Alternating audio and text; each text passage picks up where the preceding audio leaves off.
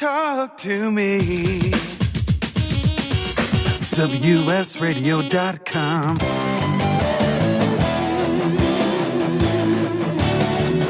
Welcome to SportKidz, the podcast, a team get-together in the element of team sports. A podcast if you have a child or children, grandchildren playing sports, or if you are the quarterback of the high school football team. You need to jump on board.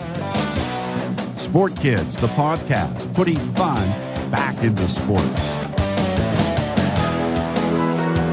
And we are live from America's finest city. Welcome aboard to the debut, episode number 1 of SportKidz 2020. I'm Felix Taverna, produced by Wade Taylor inside our WS Radio network. It's been a long time in fruition and, in planning and coming to fruition, the idea of what we're going to have over the next 59 and a half minutes. But welcome aboard. This is SportKidz. We're live in San Diego at the WS Radio Network. And along with all of you out there that have been invited to tune in on our debut, episode number 1 of 2020, it's been a long and winding road. And in creating SportKidz, I had a vision of what I would like to perceive and share with our audience.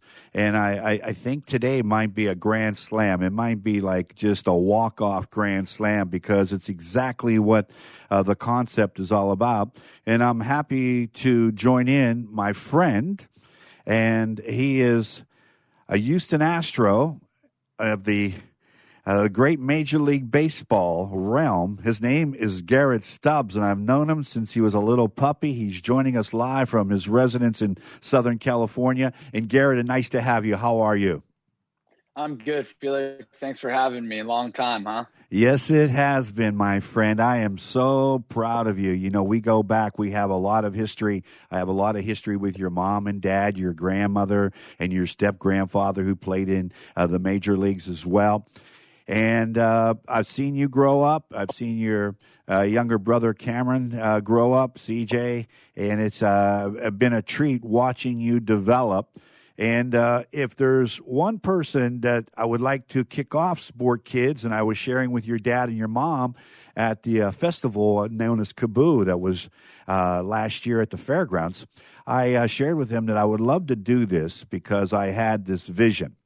Now, I want to start off with the yearning and the learning years of your career. You grew up in Southern California, and I would say your first attempt at baseball was Little League in Del Mar. Would I be correct in assuming that? Yeah, Little League Baseball was what kicked it off in T-ball right here in Del Mar, which is not a bad place to start. And so, was baseball your top sport? Was baseball what you were drawn to? Did you play football, lacrosse, any other sport, or were you just concentrating on baseball? No, I played all sorts of sports as a kid. I think I was drawn to baseball more than others, but no, growing up, I played football. I played soccer. Soccer was actually probably one of my favorite sports, along with baseball. I'd go play tennis, golf. Never really stuck to one sport really until I got to high school, but I think baseball really drew me in from a mental standpoint, as well as just a physical standpoint. I just love playing the game. So what was the influence of playing all the other sports? I just loved being active. I mean, when you live in a place like San Diego and the weather's 70 degrees and sunny every single day, why not be outside? So I really just loved surfing. I mean, going to the beach was a huge thing for me. Playing volleyball, I remember going to my dad's tournament with his business back at the racetrack and playing volleyball with other 25 to 30-year-old men and being 10, 11 years old and playing on the same volleyball team as them. So when you live in a city like this where you can be outside all the time, I think kids get trapped in the video game realm a little bit nowadays. So I took it as a great place and a great time to be outside. And I love being around sports all the time. This is going to be very good. We're going to have a great podcast. Garrett Stubbs joining us, Houston Astros catcher, someone that I've known for a long period of time, and it warms my heart to have him on our episode number 1 of SportKidz. I want to ask you, I would say you're 26 right now. I am 26. I actually turned 27 next week on the 26th. Wow. So that's a little confusing for me. You're going to be 27 on the 26th. 27 on the 26th, next Tuesday. You might want to coin that, 27 on the 26th. Hey, There might be something consider there for you. Coined right now. All right, baby. We're all about, you're a real estate major in development at USC, so you didn't go for the ride. You just went to get a great education. But I want to take us back. So, I'm not really good with subtraction, but tell me what year you played in the Del Mar Little League. I started Del Mar Little League probably around, we'll say 2000. I mean, I was probably 6, 7 years old when I started playing in Del Mar Little League, and took it from there at the, the minor level or whatever they call it nowadays. I'm not even sure, but took it all the way up to what they called majors at the time until I was about 12 years old. And I think that's about the cutoff for Del Mar Little League. But I mean, we had a beautiful field over there at Del Mar Heights. We played at Ashley Falls. And unfortunately, really, really sad. They're actually tearing down the Del Mar Heights baseball field here in the next year or so, which, kind of, is a big moment in this community and kind of a tough one. It was a place where I grew up playing, and if I didn't have that field, there's no way I'd be where I am right now. Is that 101, right on the 101, right off the 101? It's just above the 101. So Del Mar Heights Road, and you take the 101 up Del Mar Heights Road, and there's an elementary school there, and that's where I learned how to play baseball. All right, so let's keep that in mind off the air. Let's see if we can draw some interest. Maybe we can share it as a landmark. Okay, so now during that time of playing Little League Baseball, I want to take us to the 12-year-old realm now. All right, so you're 12 years old. You might be in 6th or 7th grade. What was the quality of the Little League here in North San Diego County? Because you had Cardiff, you had La Jolla, you had Encinitas, which is developing a great baseball program throughout their Little League systems. How was the competition here? It was phenomenal. I mean, there's Taylor Murphy was a guy that played in Solana Beach Little League. Same with Zach Zahner. Both of them have played professional baseball. There's a bunch of other ones too. Joey Donato is another name where I played with. Where did he go to high school?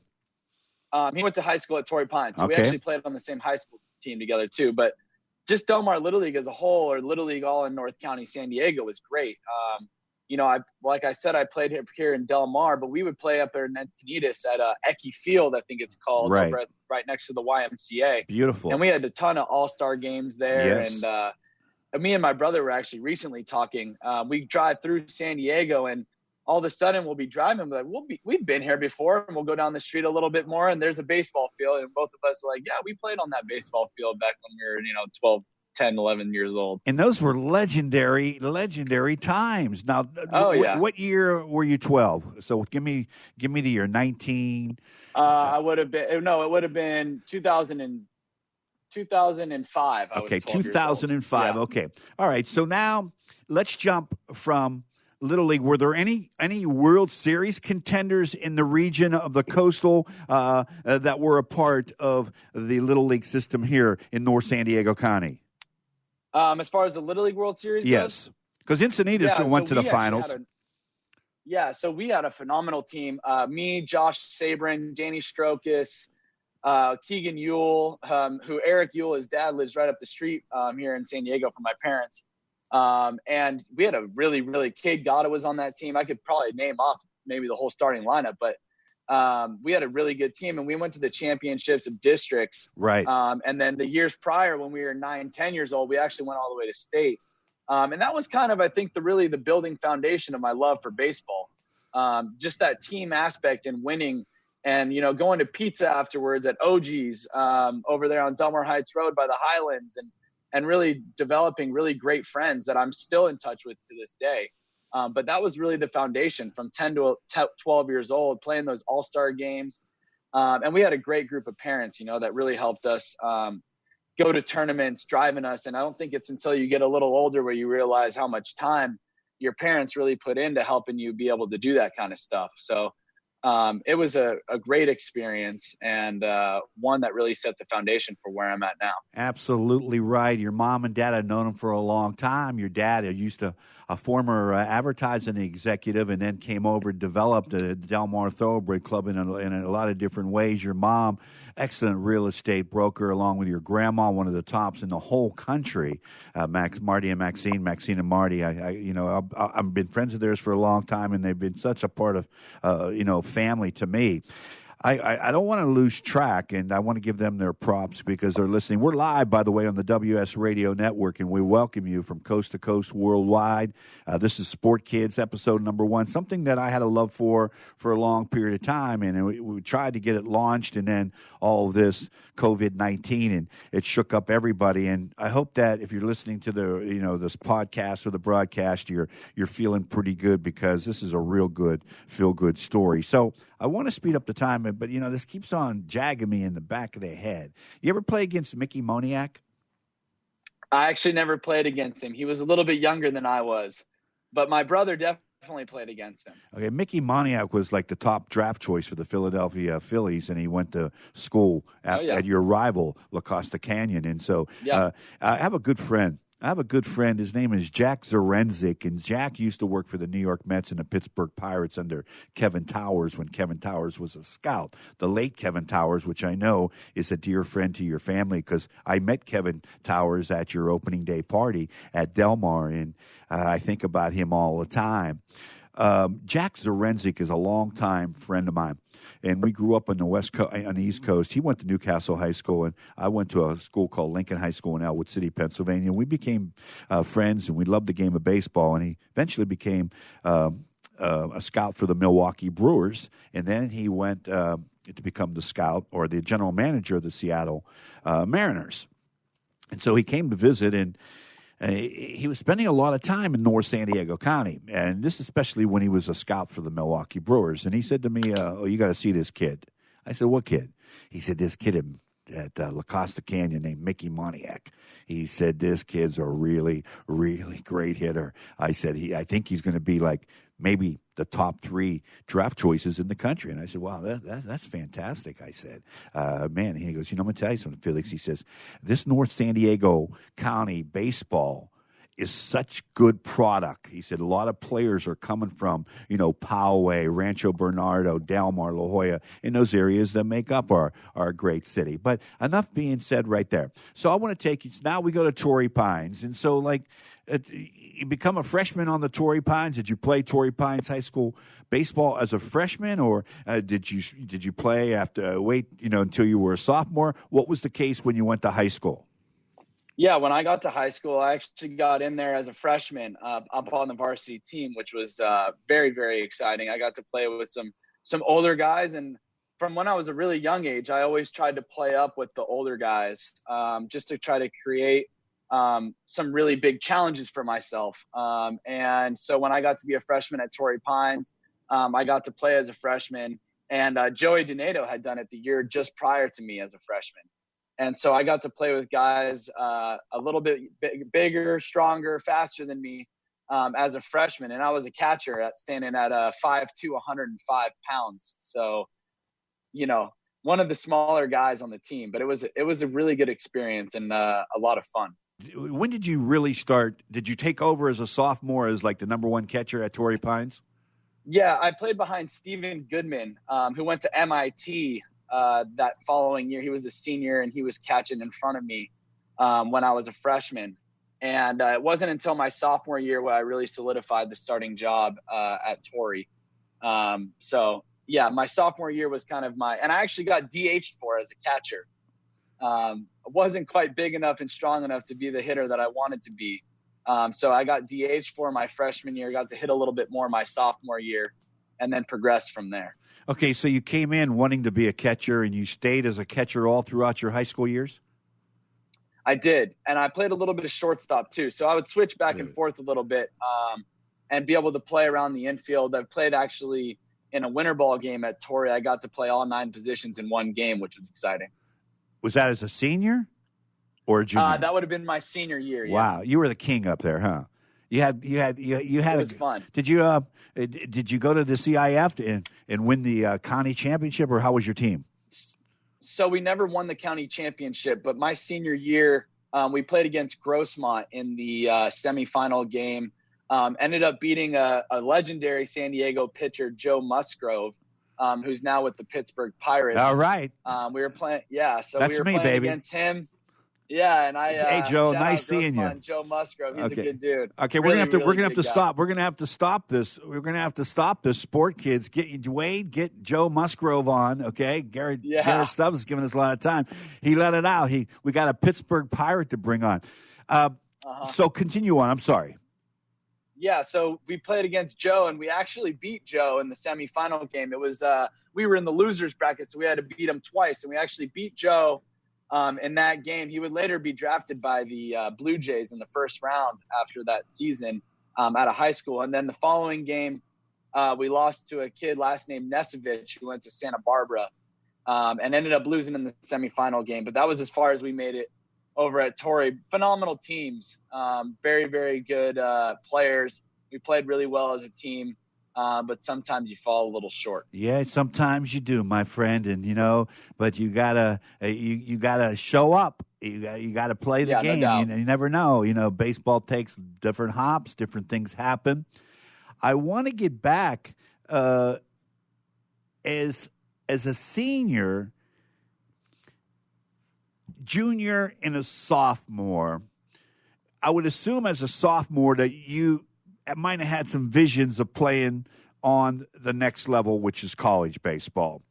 But I want to emphasize what you shared about your mom and dad and all the parents out there, because it's a very important part of the design of SportKidz, by the way, is that I want to talk a little bit about club teams. So I think that you might, and correct me if I'm wrong, I think you might have had to play baseball all year round. So you were a part of a club team and you traveled, to city to city, play tournaments. And so the competition as you went outside of San Diego had to be terrific.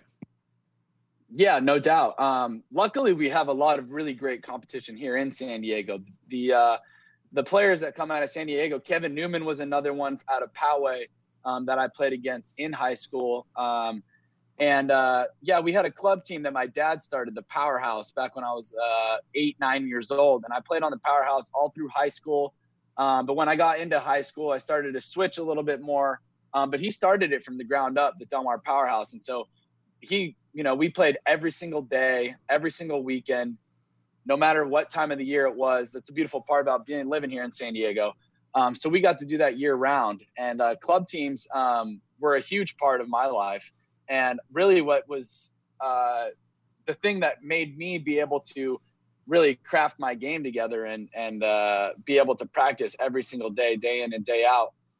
Because if you're not doing it every single day, that you're not getting better. So that was a great way for us to keep getting better. And I think San Diego does a great job of having tournaments and creating teams for a lot of people to be able to play and get better.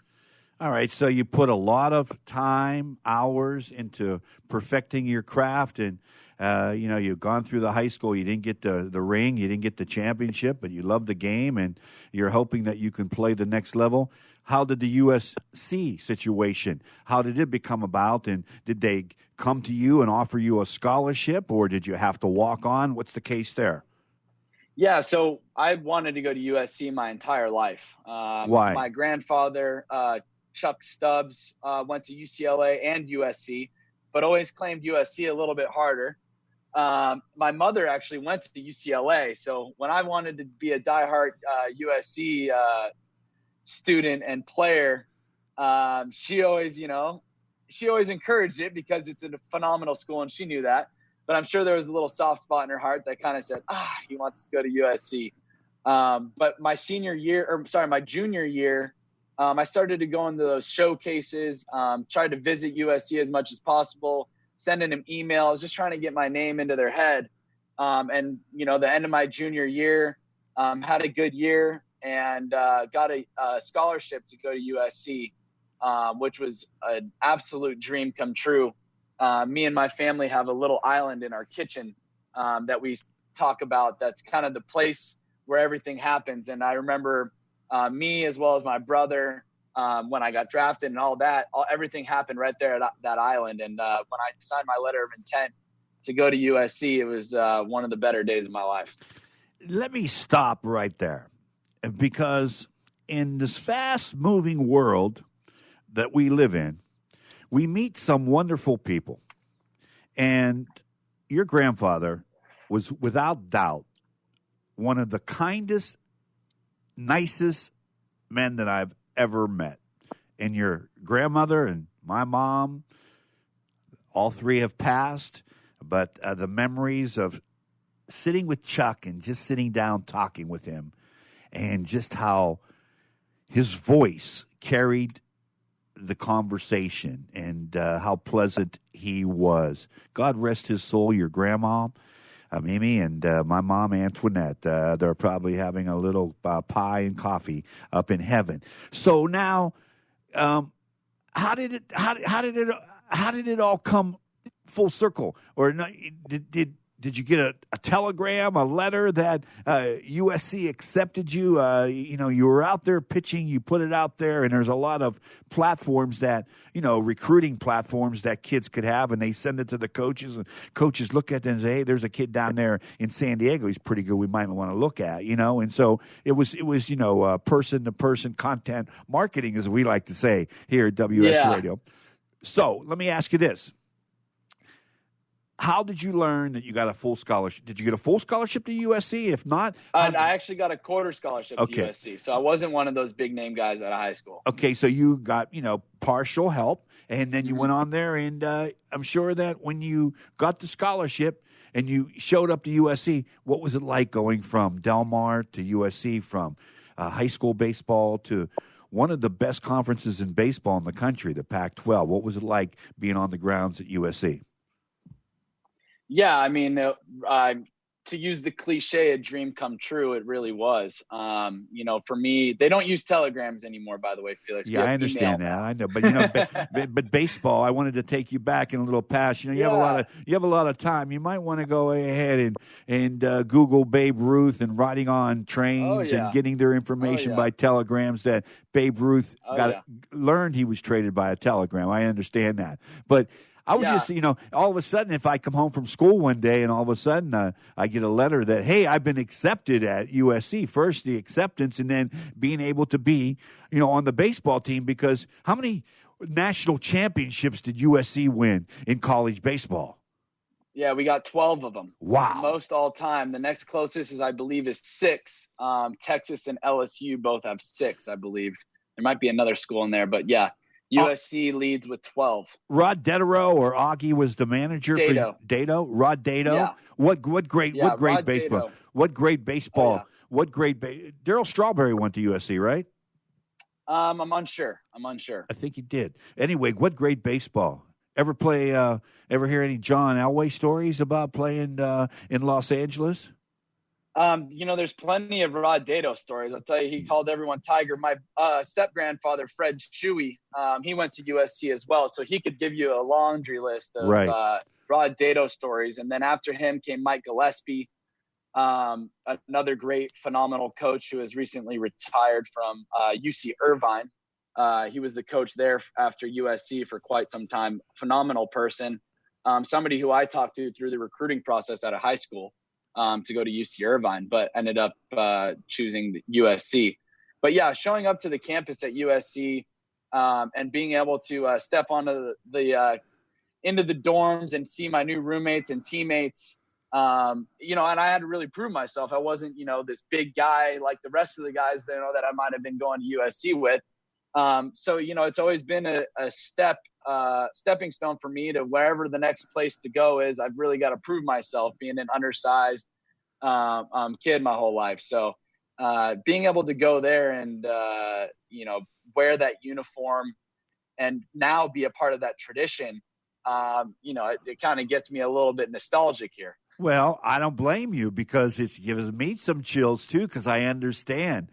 The real estate. You're in San Diego, America's finest city, one of the great cities, Del Mar, which I have put a lot of hours into promoting youth sports in that community, and I feel like Del Mar is somewhat as a second and third home in likes of a Solana Beach. But you get to USC, you go from Southern California.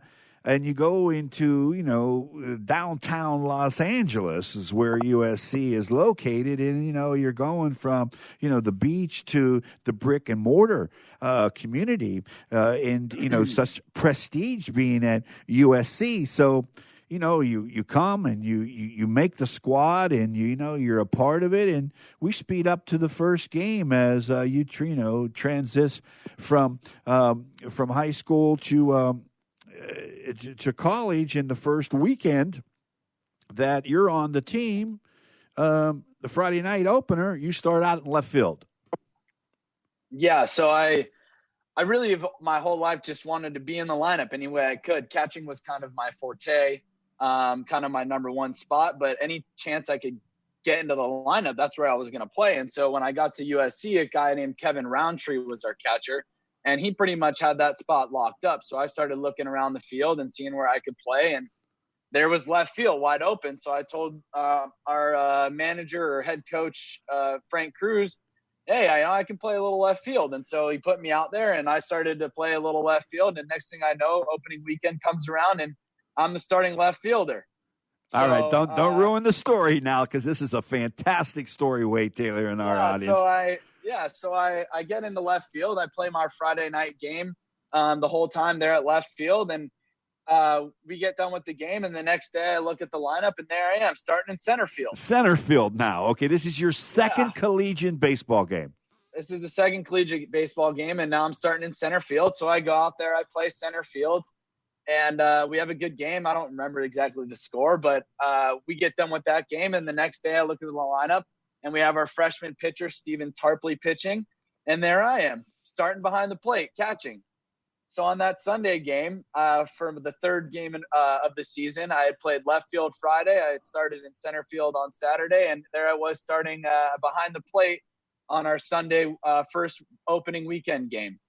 And to top off the story, that pitcher ended up going 6 or 7 innings, I believe, got pulled out of the game. Another pitcher comes in. With that pitcher comes another catcher, and I moved over to third base and ended up finishing the game on Sunday at third base. So it was a pretty exciting weekend, to say the least, and incredibly fun for me to be able to bounce around the field and get to really enjoy having a few different views throughout the weekend and being able to contribute and help our team win a couple games there. I have so many questions. I just love this. How much of a difference between high school and college? Now, you just been only, 3 nights, and you played 4 different positions. I do believe you just said left field, center field, third base, catcher, third base, what have you. Okay, now, you're young. Okay, you only had, this is your debut. This is your rookie appearance. I want fathers and sons that are listening to this, or coaches that might possibly be listening to this. How big of a difference was it in San Diego? Great college, high school baseball, by the way. How big of a difference was baseball, high school versus going? This is no, chopped liver. This is one of the 3 best conferences in baseball, the Pac-12. Mm-hmm. How different was the competition? Yeah, well, Felix, even to this day, when I move up levels, whether it be from high school to college to pro ball, A ball to AA to AAA to the big leagues, what I always keep in mind is that no matter what you do, whatever level you're at, it's always the same game. The players might be a little bit better. They might run a little faster, throw a little harder, hit the ball a little farther. But no matter what, it is always the same game. It's 60 feet to the mound. It is 90 feet down the bases.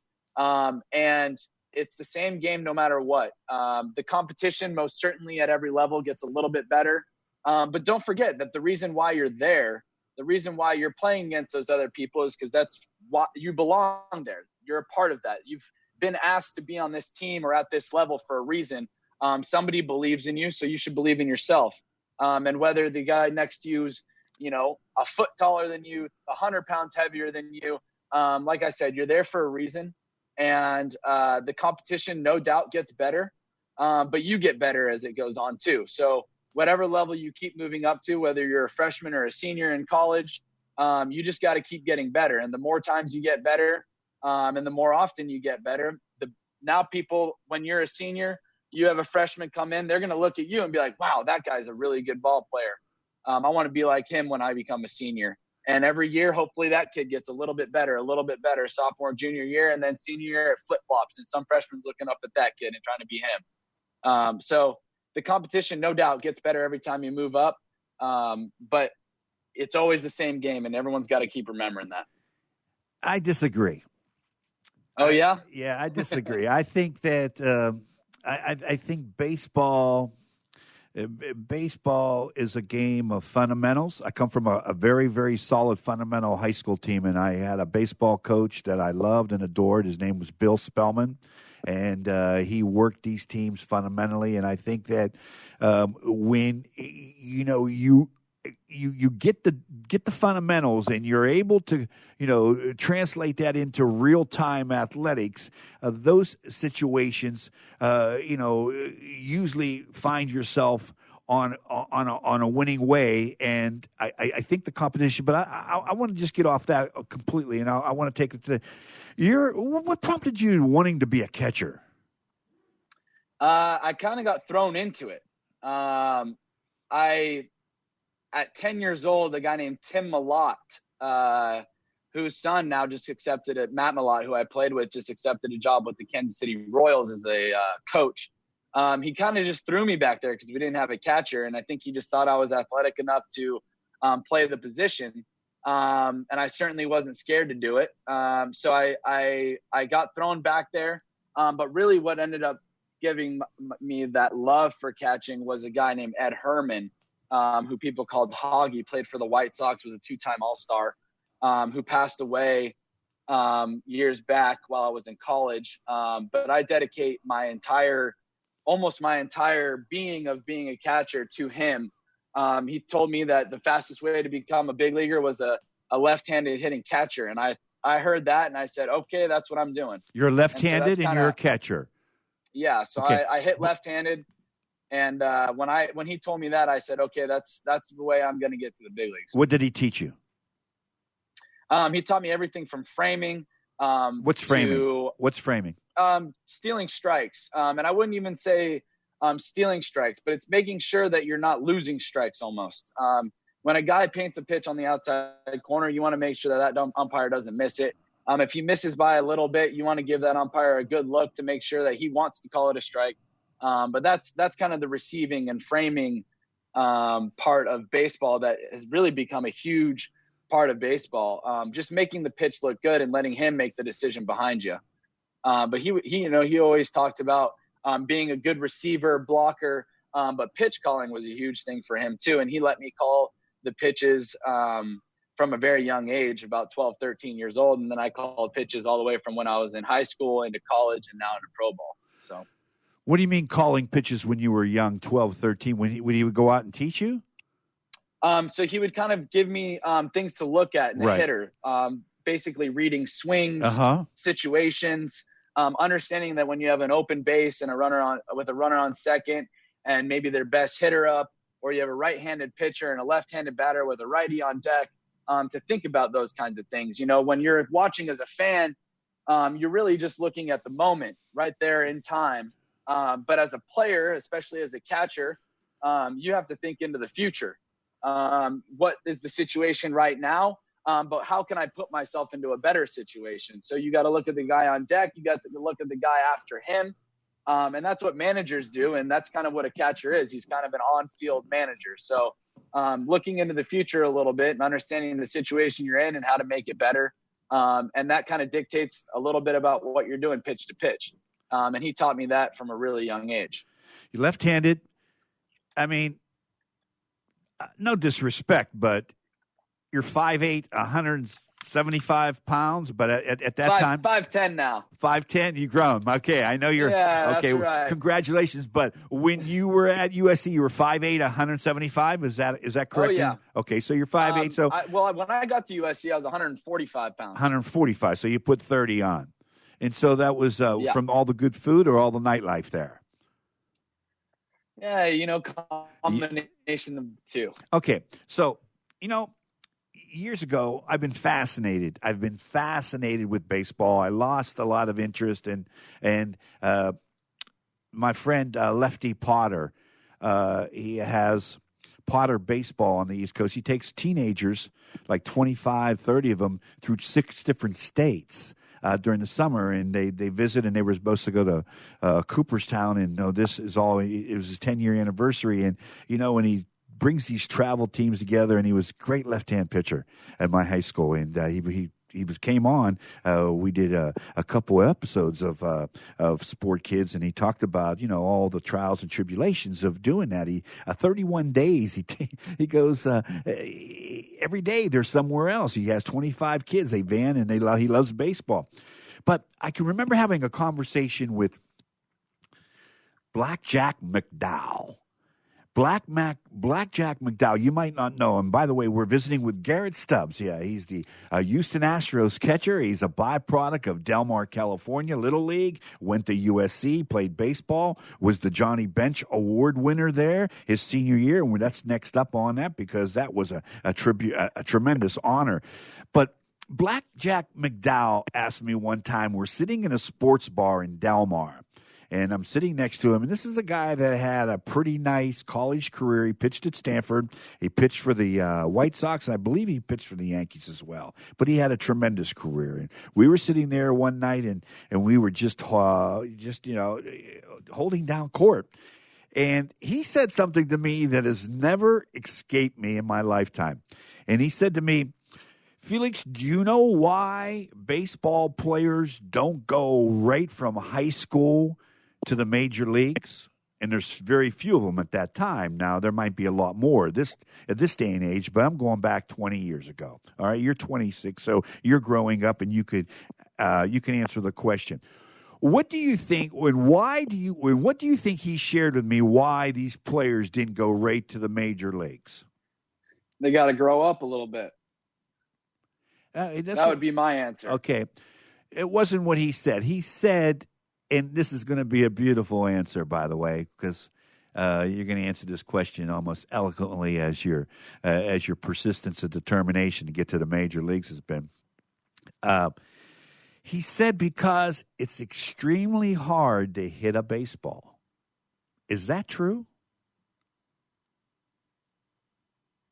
It's true. One of the hardest things to do in sports is hit a baseball. If you were to ask me my opinion on it, it's the hardest thing to do in sports. Why do you say that? You've got a moving object, right? Round moving object, trying to hit a round moving bat. And nowadays, they're throwing that round ball really, really hard. And they're not just throwing it hard. They're taking a little bit off of it. They're making it move certain ways. And you've got to try to hit it. And you don't know what's coming. So, yeah, to me, hitting a baseball is the hardest thing to do in sports. And I think Bob Horner was playing third base for the Atlanta Braves. I think he was right to high school to the major leagues. This is before the high schools ever went from high school, or athletes went from high school to professional sports like they do in basketball, and then they have to wait a couple years, 3 years to go into the NFL. But nevertheless, and I thought about that. It never escaped me. And so we're at the senior year of USC. Garrett Stubbs is joining us. Excuse me. My mouth is a little dry because I'm really excited about this. Produced by Wade Taylor inside our WS Radio Network. Garrett Stubbs, longtime family friend. Watch this young man grow up as a young pup, and he's moving along. He's a senior now at USC, going back 6 years ago, and he's the member of the USC Trojan baseball team, and you're catching. And when did you take over the full-time duties of catching? Was it sophomore, junior, or senior year? At USC, I took over the full-time duties as a sophomore. So same as high school, got there my freshman year, took a little bit of time to adjust, get a little feel for the game. And the new competition and kind of how the game was going to be flowing. And then my sophomore year was really when I started to become the starting catcher. All right, so we're going to go right from the sophomore to the senior. Okay, so you have a great sophomore year. You get home to San Diego Del Mar. You work out. You go surf, and you get to your junior year. You're building the bond. You're building your fraternity of brothers in your baseball team. You might get to Omaha for the World Series, whatever the case might be. Now we get to the senior year, and this is your third year as a catcher of the USC Trojans, and then you become the Johnny Bench Award winner. And that is the award like the Heisman Trophy to college football's best player. They give that award to college's best catcher. Who were you up against? And tell me the truth. Did you think you had a chance to win? Oh, yeah. Yeah? Oh, yeah. Tell me why. I'll tell you this. When we started the year, that award wasn't even in my mind. It wasn't that I didn't think I could win it, but that's not really why you play the game, and not how you win championships for sure if you're chasing individual awards. But when it came down to the end of the year, I always believed in myself. I always thought I was a good player. And when it came down to the end of the year, I'm looking at my stats sheet, and I'm looking at the rest of the country, and I'm like, and they're telling me I got a chance to win this thing. And I said, wow, I really do have a shot to win this What's thing. it based on? It's based on a number of things, mostly all defensive analytic stuff. So anything from just your errors, your throwout percentage, as well as Johnny Bench himself will watch video of you and kind of be obviously the deciding factor of whether he really believes that you're the best catcher in the country. And so now you have a dozen games left, and you're in the running. And are you having a good year at USC? Are you a nationally ranked team? Yeah, we were. So my years prior, before my senior year, I didn't have very good seasons. My junior year was the first one where we had a winning season, and then after that, my senior year was the year where we had a real shot of getting into the regionals, and we did. And I think that kind of helped me individually as well. But that was the first year where we made it into the regionals, and was by far the best year I ever had at USC. That was your junior year. That was my senior year. Senior year. But I will take it back to my junior year. I had a good junior year. And actually the Houston Astros gave me a phone call to draft me in my junior year. And I just wanted to say this because a lot of kids go to college and they want to be Major League Baseball players, and that's great. And I think that they should. And my junior year got a call from the Houston Astros, and my goal going to USC was, yes, to be a Major League Baseball player, but first and foremost was getting my degree. And so I went back my senior year to get my degree, and it was the best decision I ever made in my life. Why was that? One, I got to finish something that I began 4 years prior, which is something very important to me, to finish things that you begin, and got that degree. And it just so happened that I got to mature another year, learn a little bit more about myself and the things that really mattered to me, and ended up having a senior season where I was really focused on the team as a whole. And with that came a lot of individual awards that ended up helping me that following year get drafted by the Houston Astros and end up where I am now. Absolutely beautiful. Absolutely. It's an absolute beautiful story. How old were you when you graduated from USC? Would have been almost just about 22 years old. All right, 22 years old. So take a little break here. Let me just go to a little memory. All right. So I was telling you about the picnics, the barbecues that T-Pat and Marty Joe used to have in the summertime. After the racetrack, as I said, his father was an executive for the Del Mar Thoroughbred Club, and so we would play wiffle ball in the front yard. And Garrett and CJ and Mike Ernst, who was the CFO of Del Mar, his kids would come over, and then Billy Navarro's kids would come over, and I'd be on the mound, and I'd be the steady pitcher. I would put the teams, we'd draft, we'd have 3-on-3, 4-on-4, and we'd play these baseball games, wiffle ball games, and I would be the steady pitcher, and I loved it, okay? And we had bases, and so I could remember this one day that Garrett comes up and I throw him and he hits this ball like he had these huge trees. It was like a beautiful park. It was like 80, 150 feet. And, I mean, the ball hits up there and we said, okay, if it went farther this part of this tree, it was a home run and he hits a shot. And the next inning, Michael Ernst's son comes up and he hits the ball and, I mean, he hits the ball like over the trees. And these kids were so competitive. And I think about those days all the time, and I think about like Billy Navarro's son went to a college in Colorado and hit the longest home run ever in the history of the college, and Michael Ernst's sons were golfers, and you and your brother went to USC, so just the love of the game. So you're named the Johnny Bench Award winner. I mean, you met Johnny Bench. It must have been the biggest thrill of your collegiate career. Yeah, it certainly was. I got to go to Wichita, Kansas, which is where they had the Johnny Bench Award, which now it's moved to Cincinnati, which is a little bit more fitting considering the award is named after Johnny. Right. And I've actually developed a very good relationship with Johnny, and been able to pick his brain. Pick his brain. We've had a good friendship. He actually texted me this morning, funny enough, just about the season and kind of, giving me a little bit of, it's such a bummer that we're in this situation and, hope you're staying safe and whatnot. But to get back to the award, it was a really good opportunity for me to be able to talk to the greatest catcher to ever play baseball. And so I've gotten to develop a good friendship with him. And when we went and played Cincinnati in June this last year, got to hang out with him a little bit and actually be there for the announcement for the 2019 Johnny Bench Award winner. So that winning that award was pretty incredible. I was up against Cade Civic of LSU and Matt Wynn of Virginia Military Institute. So pretty special stuff. My whole family was there, of course, as they are always the biggest supporters in my life. They have been. So it was a great time and a pretty incredible moment. There's been so many stories about Garrett Stubbs here. He's joining us, a 26-year-old young man, a member of the Houston Astros organization, got called up, still in college. We're going to have to edit a couple pieces of what Garrett just said.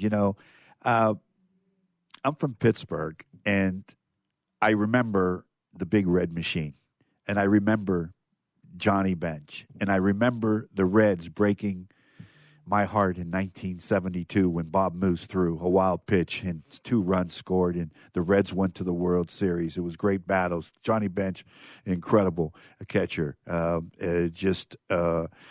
Was a part of a team that had superstars. The Reds were just Pete Rose. They were just a good pitching staff.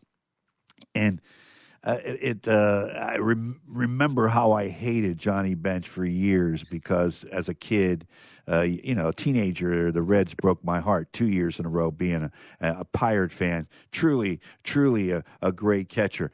You get the award, and now you finish up, and then all of a sudden it's the Major League Draft. And what are you thinking now? Yeah, so going into the Major League Draft, I didn't really know where I was going. I was a senior, which seniors don't really get too much love going into the draft. But I was really just looking once again for just an opportunity to prove myself. And the Houston Astros ended up taking a flyer on me in the 8th round.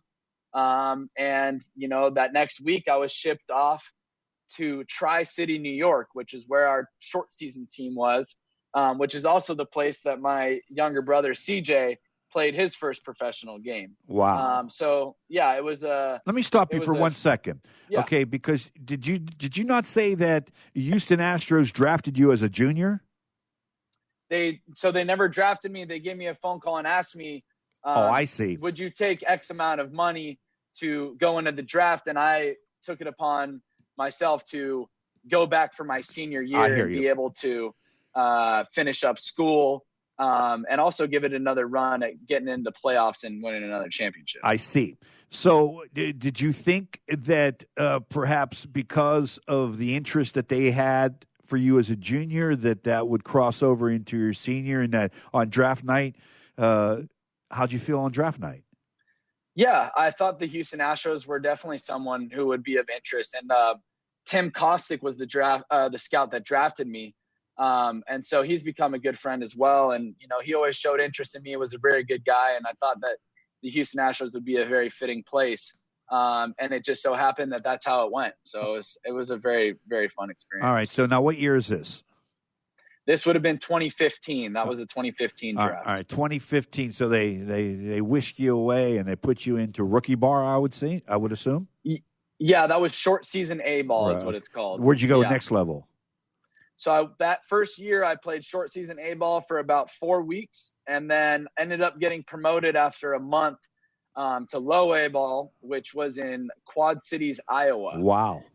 Lots of bus rides through a lot of corn in those leagues. Well, stop right there. This is my show, my man.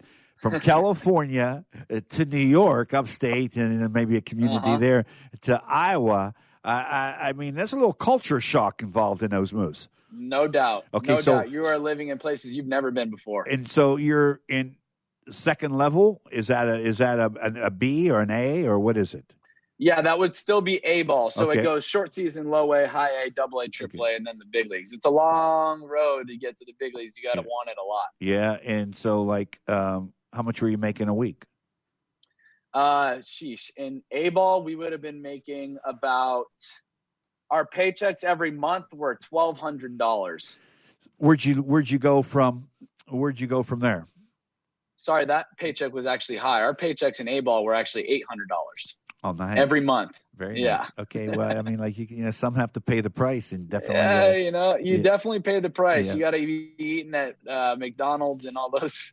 And there's a lot of minor league players that never get to the major leagues that spend their whole entire. No doubt, a lot of really great players. Yeah, a lot of really great players that don't make it. Yeah, and so you're gracious for whatever advancement you can make because you're all in it together. You might be friends, but you're all competing against each other to get to the next level.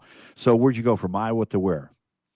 So then the following year I started in high A, which was in Lancaster, California, not too far from LA, which was nice. It was a good place for my parents to be able to come and visit. Next. So I played half the season there in Lancaster, was an all-star there in Lancaster and high A California League. And at the All-Star break, got called up to Double A and finished out the year there. That was 2016. Right. Finished up there in Double A. Following year, started in Double A again in 2017. Nice. Was an All-Star there in 2017 and played the entire season there in 2017. Ended up getting called up to Triple A at the very, very end of that season. And then in 2018, played the entire year in Fresno, California in AAA. Hold on. When your first AAA, just prior to that, was that in Santa Barbara? No, they were also in Fresno. So you went from you start moving that year AAA at Fresno, and then you made the AAA All-Star team your first year there, didn't you? Yeah, in 2018, I made the AAA All-Star team. Ended up finishing the entire season in Fresno, California. Was an all-star. Hoping to get called up, but sometimes it doesn't go your way. All righty, keep it and going. Then we can move on to the 2019 season, which was the best season I've ever experienced in my life because it was the year I got to debut as a Houston Astro. Started in AAA in Round Rock. Where's Round Rock? It's in little outside Austin, Texas. All right, so that's AAA. So now, you're at the highest level before the next leap going into Major League Baseball. We got about 3.5 minutes, 4 minutes. This is the most important story part of the whole podcast is that they call you up. Yep. And you get a call. I was in Nashville, Tennessee. I get pulled out of the game. I actually hit a home run that game. I was when I got pulled out, I was 2 for 2 with a single and a homer. Nice. Got pulled out of the game. Yeah, it was a nice one to get called up on. My manager comes up to me, shakes my hand, says, "Hey, we're gonna have to take you out of the game." And I get a little smirk on my face. He goes, "You're going to the big leagues." Wow. And I get embraced by my teammates. Very exciting moment. And this was in about the 6th inning. So I had another 3 innings to think about how I was going to tell my parents. Wow. And I'll make it short and sweet, get done with the game. I get to calling my parents. They don't pick up. They follow along every game. So they'd had a little bit of an inkling that maybe it got called up because I got pulled out of the game. I call them again. They can't pick up. Finally get a hold of them. They were on a plane back from Corvallis. They were just watching my brother's last collegiate game. I get them on the phone. I tell them that I'm going to become a big leaguer. And they erupt in excitement. And the rest of the plane is there listening on speaker. And the whole entire plane gets an applause. So pretty surreal experience. We got about 4.5 minutes, actually, and Wade Taylor's producing the podcast. So, what do you do? I mean, like, all of a sudden you show up to Houston, the baseball park, and tell us what happens. So this was my call up was on May 26th, which is my birthday. Yeah, so my God! Called up to the big leagues on my birthday. 27 on 26. Remember that? Yep, that's right. Okay, we got to frame that. I get to Houston. I show up, I talk to the manager, and I actually had to wait 2 days before I made my debut. I was sitting there with the anticipation of playing, sitting there for 2 games, and I make my debut against one and only left-handed pitcher for the Chicago Cubs, John Lester. Wow. So pretty cool guy to get your major league debut off. I get there. And my first at bat against John Lester, I hit a double off of the left center wall for my first major league hit. Your first at bat? First at bat in the major leagues off John Lester, left-handed pitcher facing me, left-handed batter, and hit a opposite field double to left center, which was a kind of a blackout moment for me, walking up to the plate, trying to really embrace it. Wow. But yeah, very, very surreal experience. The blackout moment for me would be like showing up to the clubhouse. All of a sudden, here's this kid from AAA that's coming in. These guys are looking around, and these are great baseball teams. I mean, the Houston Astros. There's no question about it. Some great players there. I mean, now, are you trying to tell me that there's no difference between being in AAA and the major leagues? When I tell you there's no difference, I'm talking about the actual game itself. The game itself. When you've got 50,000 people watching you, right? When you've got Justin Verlander or Garrett Cole on the mound, right? I would be lying to you if I said that inside you did not feel different playing on that stage versus playing in Del Mar Little League. You win. You win. You know what? 12 years old. You might have got a law degree at USC. You know what? You win. We want to keep this within an hour frame because we're going to send this out virally to a network, and we're very, very pleased. I want to thank Wade Taylor. We're down to about 1.5 minutes, but I got a couple questions, and I got to first tell you I got to do a part 2 with you. Okay? Yep. I got to do a part 2 because this is really, really good. And Wade worked really hard on putting everything together. We're also videotaping it, getting it down there for you to see, and he looks fantastic. My man, Garrett. So many players never get a chance. A lot of baseball players, they put their whole career in playing game, and they never get an opportunity to play in the major leagues. We don't have very much time, but I want to leave the podcast and this interview with is that your brother, CJ, gets drafted a year ago by none other than the Houston Astros, and he's a catcher. It was a pitcher. He had the Tommy John surgery, but I think they drafted him as a catcher as well. So is this going to make for a great next podcast because we'll have to get CJ on as well. Yeah, we'll make sure to get CJ on here and let him know his story. This is good he's stuff. He's going to be a big leaguer one day, too. Oh, yes, he is. I heard it. he crushed the ball at rookie bar. He's crushing it like a 700 batting for power and 347. And like I said, I could help you guys pick up. I could teach you a couple of hitters. Dave Parker's a good friend of mine. You might remember him. He won a couple of national batting championships. But we're down to about 30 seconds here. It's been a pleasure revisiting this with you. I want to do part 2.